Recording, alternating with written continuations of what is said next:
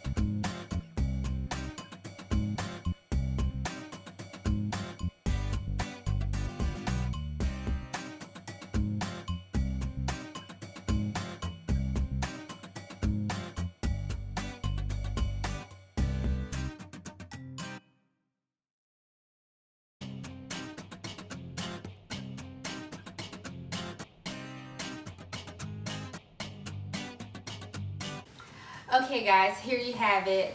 I must admit that I did find that the jump stitches, once I created the name and Sew What Pro, I had way too many jump stitches. And if you don't have a good pair of scissors to clip those jump stitches, you get those little frays. And I had a ton of frays in this name. As you can see, it's a very long name. So what I did was I cut it as close as possible. I was not happy with the look after I cut the jump stitches, so I put it under my heat press. I didn't put an iron on it. Maybe I should have ironed it, but I did put it under a heat press at 295 degrees heat. I pressed it. It came out with a clean look. I wish I could have done this look without the imperfections with the jump stitches and the doll scissors. Make sure you have a pair of great scissors. I have to go out and get another pair due to the situation. And I did not put water stabilizer. I should have probably put water stabilizer on top also. So lesson learned. I do like the way it came out. I do like the way it came out, I must admit. The position of being that it's such a long name and I wanted it to be visible. So I think I like the position, the way I positioned it, where it's at, the look.